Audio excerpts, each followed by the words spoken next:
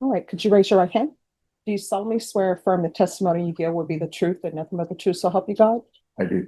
All right, if you'll lower your hand, make sure you keep your voice up so everyone can hear, and if you could state your name and spell your last name for the record. My name is James Campbell, and last name is Campbell. All right, state you may proceed. Mr. thank you.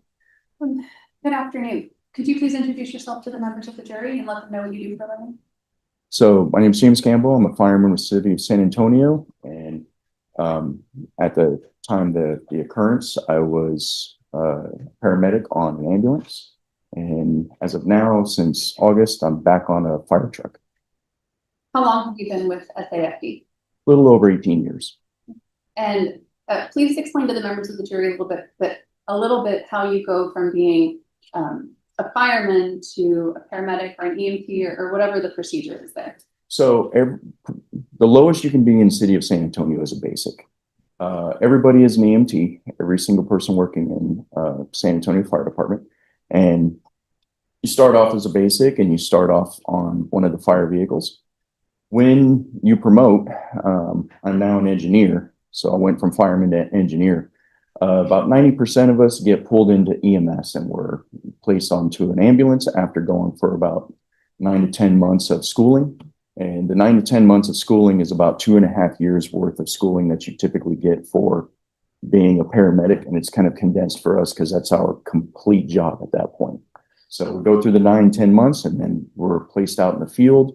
We're overseen a little over a month. And then after that, we're on our own with a partner in the back of a ambulance as we ride around, make calls, do everything else. But the highest you can go is paramedic and the lowest you can be as a basic. Okay, and you're currently a paramedic? Yes, ma'am. Okay. And what kind of training medically do you have to go through to be able to hold that certification?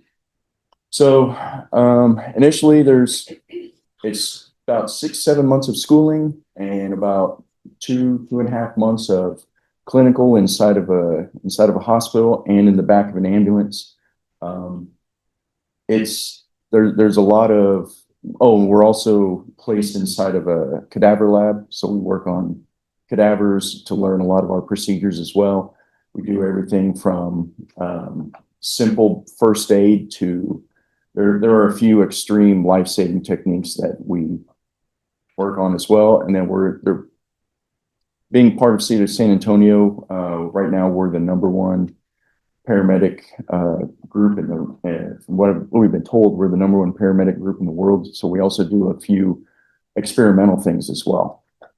Some of those experimental things are working out and it's starting to spread throughout the US, kind of like giving whole blood. Another one is finger thoracostomies, where somebody who's had extreme trauma to the chest area, we open them up on the sides and we try to get blood outs to allow the heart and the lungs and those kind of things to refill them to operate on their own, because you can get a compartment syndrome in there where the blood fills up and it basically keeps everything from working. And so on October 19th of 2023, were you on duty as a paramedic? From what I recall, yes. And did you have occasion to assist in treating Officer Nicholas Swain that day? Yes, ma'am. I was the lead medic. And did you write a report regarding your treatment of Officer Swain that day? Yes, ma'am.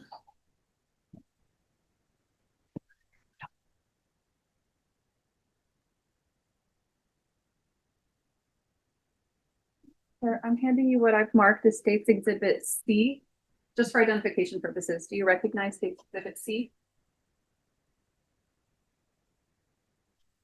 Yes, I do. And the State's Exhibit C a fair and accurate copy of the report you generated about the incident that we've been talking about? Yes, it is. Okay. I'd ask that you use it to refresh your memory. Just please don't read directly from it, okay? Yes, ma'am. So tell the members of the jury about the circumstances that prompted you all to get dispatched to this location and assist.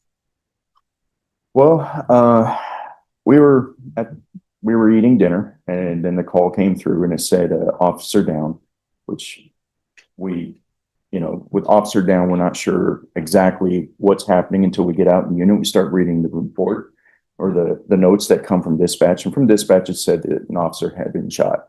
So we hop in. We got there as quickly as possible. My ambulance was the first one on scene. We got out, we started yelling, you know, who shot, where are they? And a PD car was there. They opened the back door. They pulled Mr. Swain out, brought him over. We threw him on the stretcher and we got him back in the unit.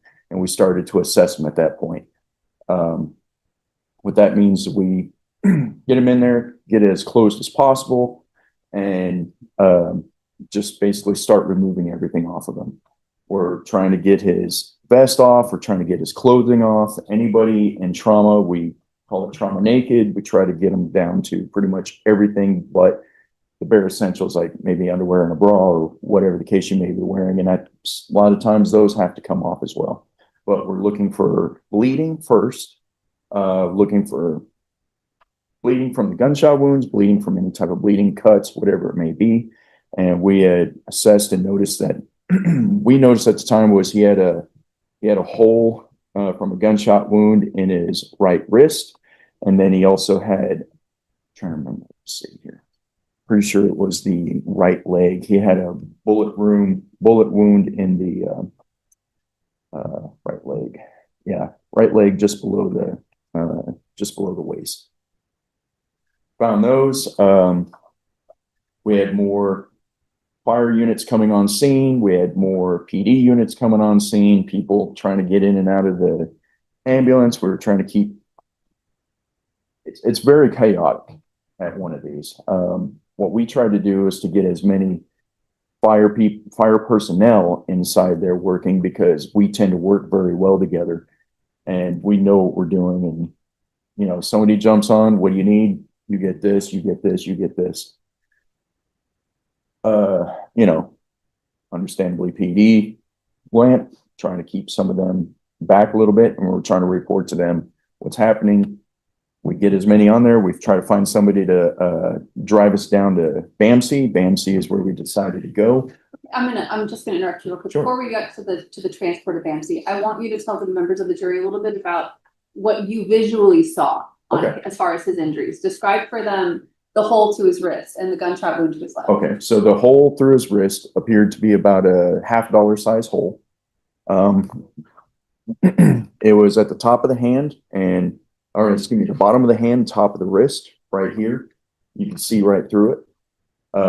Hand looked a little grayish, starting to look like maybe he wasn't going to be able to keep it.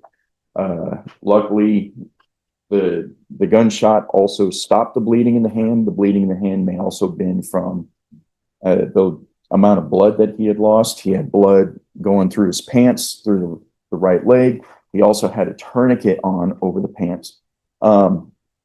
We did the best we could. We were assessing. We saw that he was still bleeding from the hole in the leg. So we cut the pants, readjusted. My partner readjusted the tourniquet, got it down to where there was pain and where the bleeding had stopped. And when you're putting on a tourniquet, one of the things you look for is you're causing pain, and that means you're getting it tight enough. The tourniquet is a very, very painful thing to have on, but you need to stop the bleeding. Because he was shot through the femoral artery and blood was just continuing to come out. And in the run, when you're looking at a lot of his vitals, the vitals are telling you and the vitals are showing you that he's losing blood and he's dying. And we're going to talk about that. As far as the injury to the leg, do you remember, can you approximate for the jury, if you recall, how big or small the hole was in his leg? On October 19th, 2023, paramedics rushed to assist Officer Swain after he was shot. Arriving on scene, they faced chaos, bleeding wounds, frantic responders, and a life hanging by a thread. With precision, they assessed, controlled the bleeding, and prepared for transport, knowing every second could mean the difference between life and death. My end, it looked like a typical bullet hole. I mean, it's hard to say because whether you have or have not seen a bullet hole. Typical bullet hole usually, I would guess, is about the size of a dime.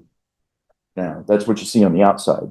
What's inside could be very different depending on what kind of bullet, what kind of penetration or what is in there. So from us, you just see a hole, and a lot of blood coming out of it. And we don't have x-rays, we don't have that kind of stuff, but you see what's happening. So best way to take care of that is with a tourniquet or air cover, depending on where it is. So now I want to talk about the vitals.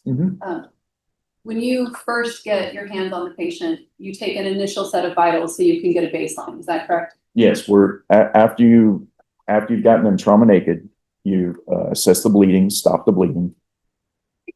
One of the other guys, or a bunch of the other guys, are starting to get, arm cuff on to get their blood pressure. We're trying to get a reading from the heart. We're trying to see, his O2 sats from his finger. And then, if possible, they want glucose, and sometimes you get that, sometimes you don't. But all of this is going on at the same time because we've got a lot of different people doing different things. And so looking at the report, the first set of vitals, what are they telling you about his condition? So the first set of vitals is telling me that he's in a pretty poor condition. What are the vitals? So the BP is 85/51. Typical good BP should be 120 something over 70 something. This is very, very low. So when we're looking at a high BP, we look at the diastolic, the second number. When we're looking at low BP, we're looking at the first number, and it's below 100. That's not good. And his pulse is down. Pulse of 76 for somebody who is in a traumatic situation should be a lot higher. Should be like 150. You're amped up. Should be going. 76. He's on his way out. It's low, and his O2 sat you want 94 or above, and anything below 90, it's an exponential drop on your way out, and he's at 77. Right. And the time of those vitals was at 7:16 p.m. Yes. And then the next set of vitals, which are 5 minutes later, what are they telling you? So we're giving him an IV. We're also, we don't have a whole lot with us, so we're trying to get his numbers up, and we're basically and explain a little piece first. Okay, he needs whole blood. He needs blood. Your typical ambulance doesn't carry blood. Our medical officers carry blood, and our tactical medics carry blood. So giving blood is very new in the realm of paramedic medicine, and city of San Antonio is the one leading the world in that right now. What that means is we carry low titer O positive blood. Low titer means, so the international giver of blood, and that can give blood to anybody, is O negative. Less than 15% of people in the world have negative blood, but many, many people have O blood. And a male's O positive blood, you can make it a low titer, which means it makes it Inside the ambulance, Officer Swain's vitals plummeted dangerously. Blood loss threatened his survival. With limited resources, the paramedics administered saline, carefully monitored his pulse, and stabilized his breathing. Every heartbeat mattered. Their training and composure under pressure guided their urgent actions, highlighting the critical role of advanced paramedic intervention in life-threatening emergencies. Very, very low in terms of reactivity to other blood types. So in an emergency setting, we can give that to you, and you would have a very low reaction to it, if any. And O positive blood is carried by the blood bank. Our officers get it every day. The tactical ambulances get it every day. We carry it. He needs blood, but I don't have it, so all I have to give him is a little bit of saline. And saline is not necessarily the thing you want, but it's what I had. So I gave him a little bit of saline, and his blood pressure is starting to come up. What that means is I now have circulation going through the body. The problem is, because it's saline, my pulse is still dropping, and my O2 set, luckily, is kind of leveling out. And that's because I'm getting blood moving through the body, but he doesn't have enough blood in there to really help. So what were the stats 5 minutes later? 95 over 58, pulse of 49, it's dropping, and then O2 stat is kind of level, so it's at 78%. So from the first reading at 7:16, his pulse was 76. 5 minutes later, down to 49. Is that a significant drop? Yes, huge. And then 4 minutes later at 7:25, what are the stats telling you then? It's worse. Tell the difference. So because of the saline, basically I'm watering down his blood, but I'm getting it moving. His BP is 114 over 68. His pulse is at 34.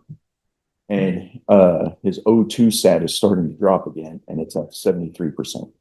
What is a pulse of 34 for a male of Officer Swain's age and general health? What does that tell you about him? He's dying soon.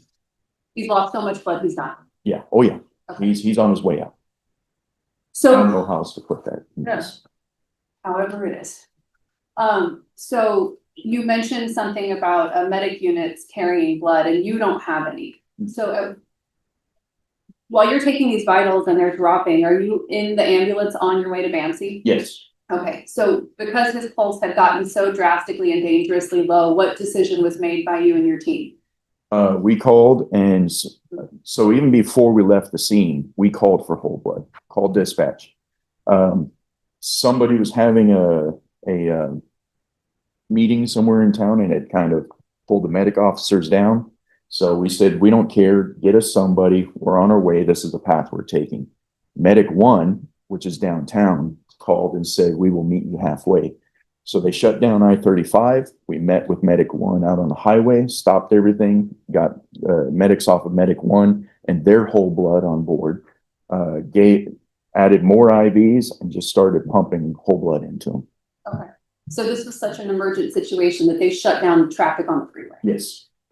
And you were able to give him the whole blood right there on the side of the road. We start as soon as we got the needles in, we started moving again. We started pushing the blood as we were moving. And then do you see his vitals start to come up after that? Things are starting to get better. Yes, ma'am. And so at 11 minutes after the last reading where his pulse was 34, what are the vitals looking like now? So we now have 128 over 80. We have a pulse of 120. And so one of the other IVs that one of the tactical medics were in his right arm, and it knocked. Trying to remember.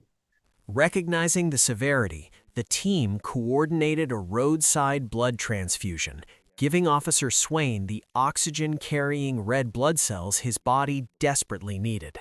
Slowly, his vitals improved.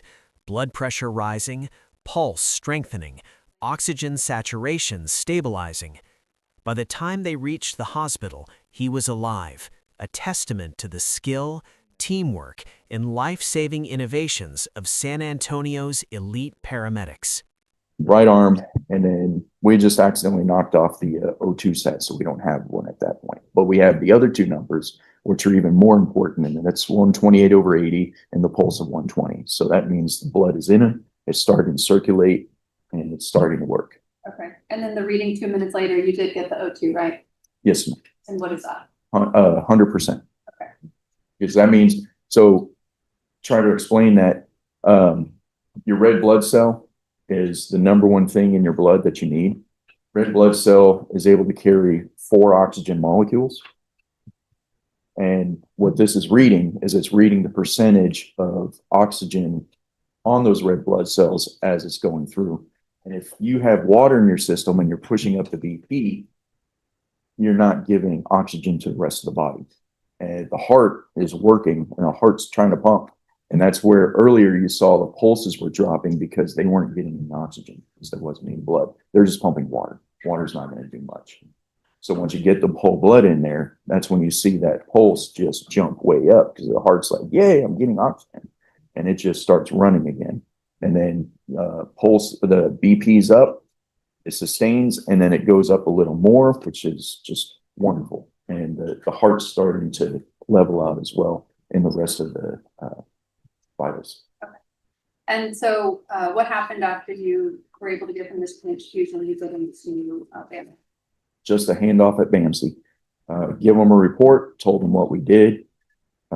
Doctors were happy. Everybody was happy because he got blood. And from that point on, it's kind of like we are. It's just a bunch of ants running in and they start doing their thing and we just have to get out of the way. If he hadn't gotten the blood, would he have made it to the hospital alive? No. Nothing for everyone. Defense? No questions, Your Honor. All right, is this witness excused or subject to recall? He's excused from the statement. All right, if you're excused, Yes.